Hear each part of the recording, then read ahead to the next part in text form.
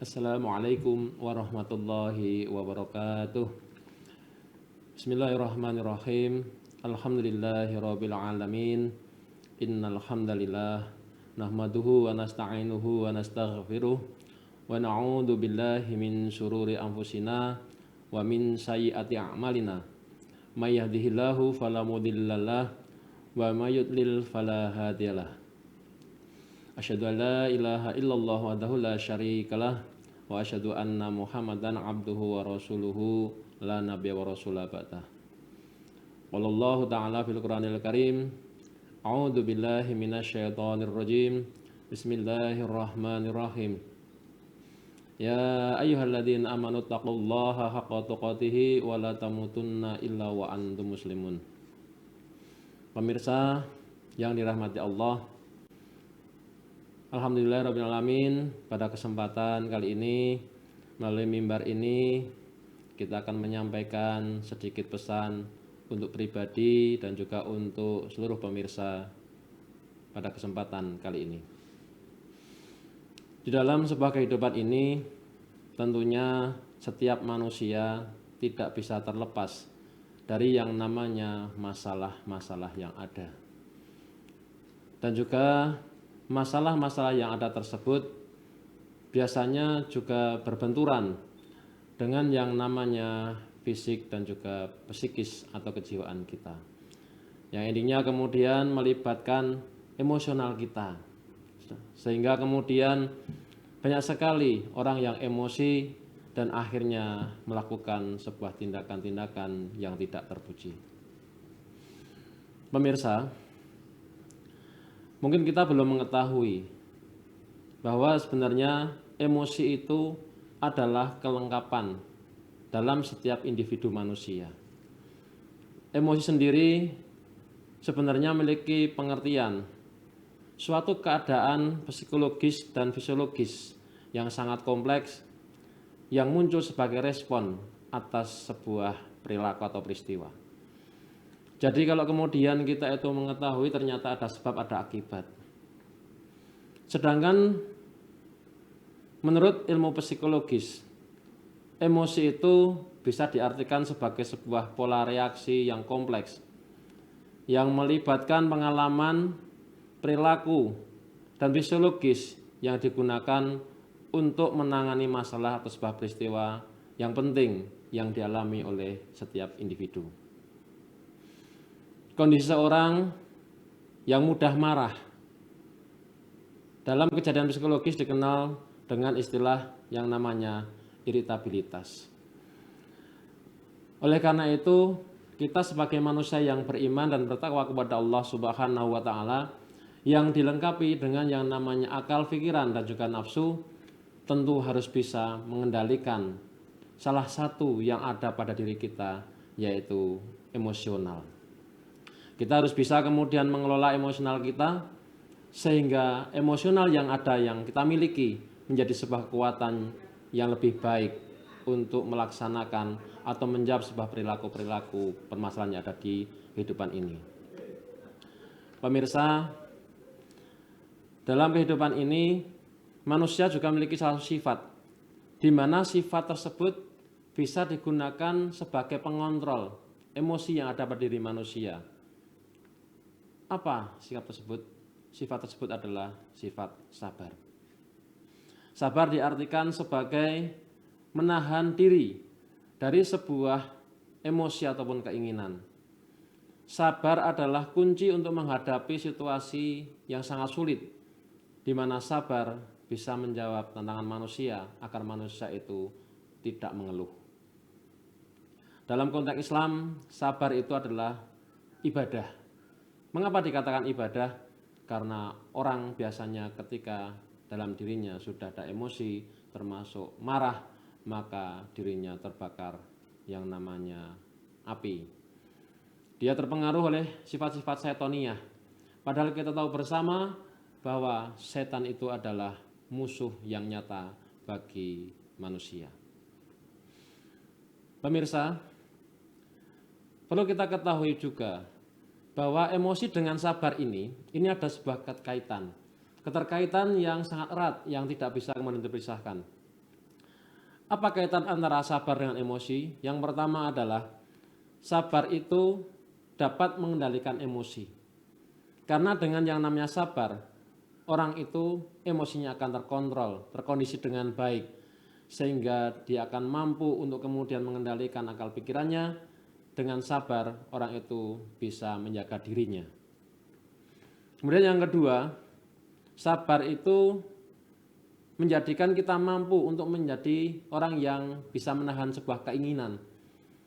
Bahwa setiap manusia itu dikaruniai yang namanya nafsu bahimiyah, nafsu lawamah, dan nafsu-nafsu yang kemudian menjadikan manusia itu berkeinginan untuk memiliki sesuatu yang kadang keinginan itu jauh atau mungkin di luar batas nalar kita, sehingga mungkin kita belum mampu untuk meraihnya, padahal keinginan kita sudah mengarah ke sana. Sehingga dengan sabar, keinginan-keinginan yang ada ini akan kontrol secara baik. Keinginan-keinginan yang ada pada diri kita akan menjadi sebuah proses. Keinginan yang ada ini akan tertata secara rapi, sehingga keinginan yang ada akan menjadikan sebuah kenyataan ketika nanti sudah datang pada waktunya. Kemudian yang ketiga, kaitan antara emosi dengan sabar adalah manusia bisa menghadapi situasi yang sulit. Terkadang manusia emosional, tetapi dengan sabar yang dimilikinya, manusia itu bisa mengatasi masa-masa sulit yang ada pada diri manusia tersebut. Sabar memungkinkan seorang untuk bertahan, tidak mudah menyerah dari situasi yang sulit atau mungkin yang sangat sulit dan tersulit dalam kehidupannya. Karena Allah memberikan yang namanya ujian, pasti terukur, tidak mungkin di luar batas kemampuannya. La yukallifullahu nafsan illa wus'aha. Pemirsa, ada sebuah dasar, sebuah dalil dari Abu Darda. Rasulullah bersabda, la taghdab walakal jannah. Janganlah kamu marah, maka kamu akan masuk surga. Hadis ini merupakan hadis dari hadis riwayat At-Tabrani. Sangat tepat sekali sebuah hadis ini. Kenapa? Karena setiap orang yang dia itu marah, maka semuanya tertutup. Pola pikirnya tertutup, jiwanya tertutup, akalnya tertutup. Tutup dengan apa? Tertutup dengan yang namanya bisikan-bisikan setan. Sehingga orang yang marah, orang yang emosi, dia terbakar api, sehingga dia tidak bisa berpikir. Akhirnya kemudian ketika orang itu melaksanakan aktivitas karena marah, yang ada adalah aktivitas-aktivitas negatif pada dirinya yang dilakukan. Bukan aktivitas-aktivitas yang baik, bukan aktivitas-aktivitas yang diridhoi oleh Allah. Karena dalam dirinya ada yang namanya bara api yang membakar dirinya sehingga menjadikan dirinya itu marah. Selanjutnya ada sebuah dasar juga. An Abi Hurairah, an Nabi sallallahu alaihi wasallam qala innama syadidul ladzi yamliku nafsahu ngindal ghadabi. Dari Abu Hurairah, dari Nabi SAW, beliau bersabda, sesungguhnya orang yang kuat bukanlah orang yang mampu mengalahkan orang lain, tetapi orang yang benar-benar kuat adalah orang yang mampu mengendalikan emosinya. Dalam hadis ini sangat tepat sekali, karena di luar sana banyak sekali orang-orang yang bertubuh kekar, berotot, punya yang namanya fisik yang kekar, yang kuat, tetapi terkadang emosionalnya cukup tinggi. Diktator, arogan, sehingga kemudian merasa paling hebat. Padahal dalam Islam dijelaskan bahwa orang yang kuat itu bukan yang seperti itu, yang pandai berkelahi, tetapi orang yang kuat adalah yang dia bisa menahan dirinya dari nafsu amarahnya. Itu baru dikatakan yang kuat. Mengapa seperti itu? Karena tidak semua orang memiliki kemampuan untuk mengendalikan dirinya, menahan dirinya, sehingga dia bisa menjaga emosionalnya secara baik, apalagi mengelola emosional yang dia miliki untuk digunakan ke hal-hal yang memiliki ranah positif. Pemirsa, perlu kita ketahui juga ada beberapa cara umum yang dilakukan untuk mengontrol emosional yang ada pada diri kita. Yang pertama adalah kita menenangkan diri. Ketika kita sedang marah, yang ada adalah kita harus bisa mencari tempat yang damai, yang tentram, yang sejuk. kita bisa menenangkan diri kita, dan juga kita dalam ketenangan tersebut bisa melatih pernafasan kita. Sembari kita menarik nafas kita, tarikan nafas kita dengan yang namanya tarikan-tarikan istighfar yang ada, maka jiwa kita akan menjadi tenang. Karena dengan jiwa yang tenang, maka emosional akan terkontrol secara baik. Yang kedua adalah kita harus mengetahui yang namanya dampak dari emosional. Orang yang emosi tentunya dia memiliki yang namanya perilaku yang buruk. Sehingga dampak yang ditimbulkan dari sebuah sikap emosi adalah tentunya adalah dampak yang buruk pula. Sangat jarang orang yang dalam dirinya terdapat emosional yang cukup tinggi, dia melakukan aktivitas yang baik. Sehingga ujungnya melakukan kriminalitas, melakukan hal-hal yang dilarang dalam agama, melakukan dosa, dan ujungnya adalah menimbulkan maksiat dan juga dosa, yang akhirnya nantinya orang itu akan menyesal di kemudian harinya.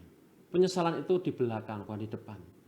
Oleh karena itu, orang yang emosi tentunya harus bisa memiliki kontrol jiwa atau psikis atau kejiwaan yang lebih baik. Yang ketiga, janganlah kita berlebihan dalam segala hal. Karena sesuatu yang berlebihan itu tidak baik. Emosional kita terkadang tidak kita kontrol, keinginan-keinginan kita yang berlebih, apapun yang kemudian dihadapi, kadang kita berpikir memiliki gambaran-gambaran yang lebih dari ekspektasi dan juga pemikiran kita. Manusia diberikan keterbatasan. Oleh karena itu, janganlah kita memikirkan sesuatu yang memang belum sampai pada waktunya. Selanjutnya yang keempat, cara umum bisa kita lakukan untuk mengontrol emosi adalah kita berdoa secara khusyuk. Memohon kepada Allah untuk dijauhkan dari sifat-sifat tercela. Memohon kepada Allah supaya diri kita dilindungi, senantiasa mendapatkan pertolongannya dari yang namanya emosional dan sifat-sifat tercela. Dan yang kelima, seandainya kita sudah terlanjur marah, terlanjur emosi, yang ada adalah kita harus bisa yang namanya meluapkan kapan waktu yang tepat untuk meluapkan emosi kita. Entah kita ke pinggir pantai kemudian berteriak acara keras, kemudian mungkin kita di ruangan membanting piring secara membabi buta mungkin, tapi kemudian emosional terlepaskan, akhirnya kemudian istighfar kepada Allah, kembali kemudian memohon supaya kemudian diberikan kemudahan perlindungan, emosionalnya terjaga secara baik. Pemirsa yang dirahmati Allah, kemudian bagaimana cara kita meredam emosi? Tentunya banyak cara sehingga emosi itu bisa teredam secara baik. Di antaranya yang pertama adalah Islam mengajarkan ketika orang itu sedang emosi, dia diperintahkan untuk apa? Untuk berwudu. Wudu secara baik, secara benar, maka orang yang marah dia akan teredam emosinya. Kita perlu ketahui bahwa sebuah dasar sesungguhnya marah itu dari setan, dan setan diciptakan dari api, sementara api akan padam dengan air. Maka jika kita kemudian sedang marah atau emosional yang ada, segeralah ambil air wudhu. Walaupun seperti kemudian kita membasuh muka, membasuh tangan kita, membasuh kepala kita, membasuh kaki kita, maka yang ada adalah akan sejuk dan kita akan menjadi tenang. Kemudian yang kedua, ketika kita sedang marah, yang kita lakukan adalah kita mengingat Allah dengan membaca kalimat ta'awudz. A'udzubillahi minasyaitonirrajim. Ini yang kemudian kita lakukan. Jangan sampai kemudian kita marah tapi kemudian kita tidak ingat kepada Sang Khalik ataupun Sang Pencipta. Kemudian yang ketiga, kita berusaha berdoa untuk senantiasa mengingat Allah Subhanahu wa taala. Tapi ini sangat sulit. Tapi orang yang kuat adalah ketika dia itu marah, sekali lagi dia bisa mengontrol dirinya dan kembali kepada Sang Khalik untuk berdoa memohon kepadanya, mohon perlindungan supaya dijauhkan dari yang namanya sifat-sifat tercela, termasuk sifat pemarah. Kemudian yang keempat, kita harus bisa mengendalikan diri kita. Siapa lagi yang bisa mengendalikan diri kalau bukan diri kita sendiri? Oleh karena itu, apapun yang kita kerjakan, kuncinya adalah hati kita, diri kita sendiri, yang kemudian bersumber dari yang namanya Quran dan hadis. Tentunya yang kelima, perbanyak kita membaca doa, baik di waktu lapang ataupun di waktu sempit. Oleh karena itu, kita berdoa itu sangat penting, termasuk berdoa supaya diri kita terjaga dari sifat-sifat tercela, dari yang namanya perilaku-perilaku yang tidak bermanfaat, dari perilaku-perilaku yang tidak baik. Termasuk kita memohon kepada Allah untuk senantiasa diberi karunia ketenangan, jiwa yang lurus, jiwa yang tenang, sehingga kita hidupnya damai dan selalu beribadah kepadanya sesuai dengan tuntunan Quran dan juga Sunnah. Pemirsa yang dirahmati Allah, yang kita sampaikan sekali lagi, kita bisa mengontrol emosional karena dengan yang namanya emosi yang diberikan tidak sepantasnya emosional yang ada pada diri kita itu kita manfaatkan untuk hal-hal yang negatif. Kita harus bisa mengubah emosional yang ada pada diri kita itu kepada sesuatu yang bermanfaat dan lebih baik. Mudah-mudahan kita senantiasa diberikan perlindungan oleh Allah Subhanahu wa taala untuk selalu bisa menjaga emosional kita, bisa maksimalkan emosional kita, bisa menjaga pribadi kita dari yang namanya siksa api neraka. Ku anfusakum wa ahlikum naro. Jagalah dirimu dan keluargamu dari siksa api neraka. Oleh karena itu, pemirsa yang dirahmati Allah, kita harus senantiasa berusaha memohon kepada Allah dan kita bisa kembali mengubah yang namanya emosional kita untuk menjadi lebih baik lagi, emosional untuk menjadi energi positif yang ada di diri kita. Yang kita sampaikan semoga bermanfaat. Wabillahi taufiq wal hidayah. Assalamualaikum warahmatullahi wabarakatuh.